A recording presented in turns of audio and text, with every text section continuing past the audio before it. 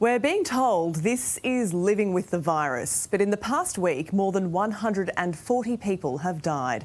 500,000 have caught COVID.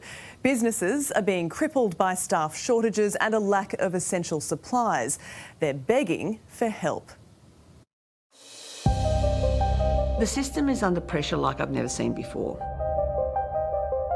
It is difficult to get out of this mindset of 2 years of drama, of crisis, of bad news, one disaster after the other. This time we're facing empty shelves because of team challenges, not because of panic buying. It's a national work crisis, no staff, no stock, and businesses desperate for help. Would be in the thousands of workers that would not be at work across our stores and our distribution centres each day. At our major supermarket chains across the country, the shelves are bare. I don't think it can get too much worse than it is now. There's no toilet paper, no paper towels. I mean, meat's very low. There's no chicken, no mince. Jeanette Fensky is the director of stores for Woolworths. She says currently more than 30% of its staff are off sick or isolating as a close contact, putting unprecedented pressure on supply chains.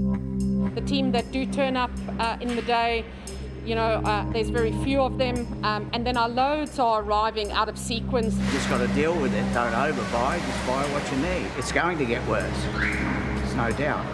As cases surged, Matt Swindle's Chief Operations Officer from Coles sounded the alarm bells.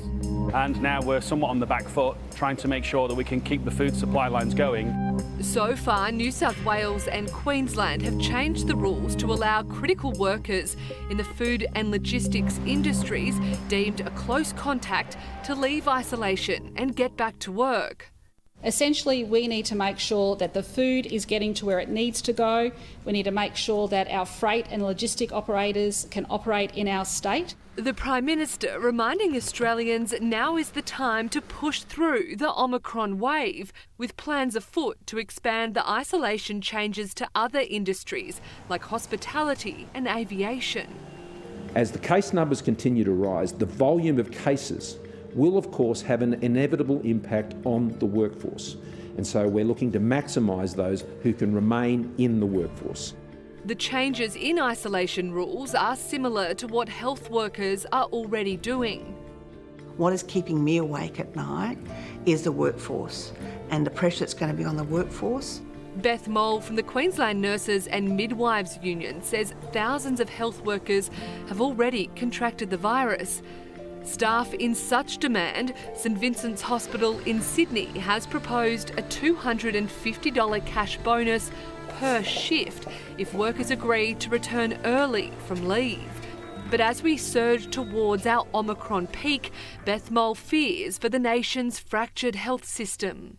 So they're very tired, they're running on empty, but they know that they've got something very significant that they're going to be confronting in coming weeks. And it seems nearly every industry is facing the same problem.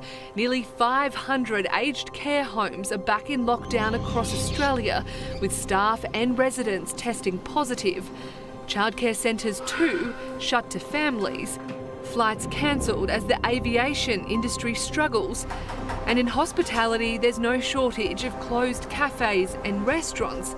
Now they too want essential staff out of isolation to help keep doors open. Scott Morrison foreshadowing that could be on the agenda at National Cabinet on Thursday. And we're looking to extend those to other sectors. I note some premiers have noted that they'd be keen to look at how we could apply that in the hospitality sector. It could be the saving grace for businesses like rickshaws. Flips everything upside down, like you're not prepared for it. Jack Hutchison works at the popular restaurant at Burleigh Beach.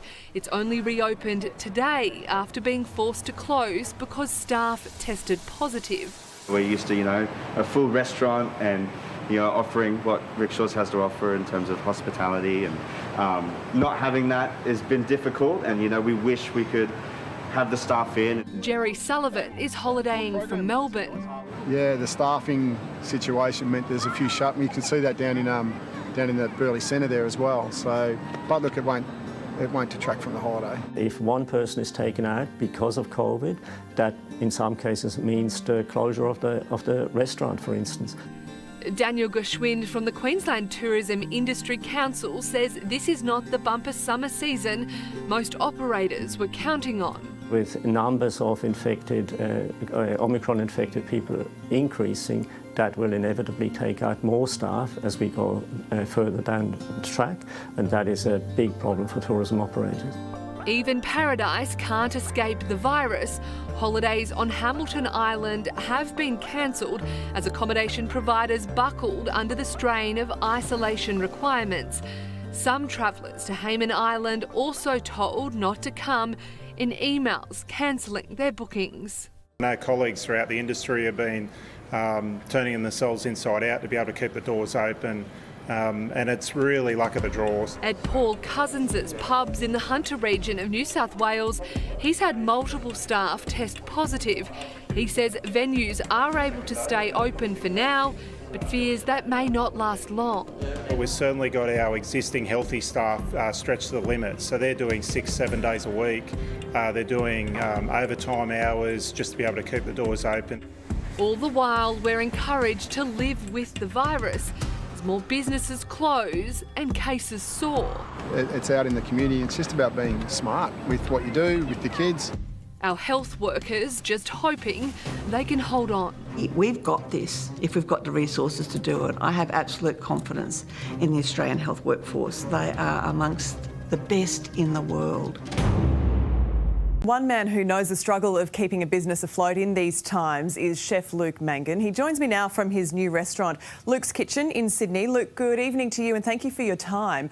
We've seen an easing of the isolation rules for close contacts in hospitals and supermarkets. Is that what the hospitality industry is asking for?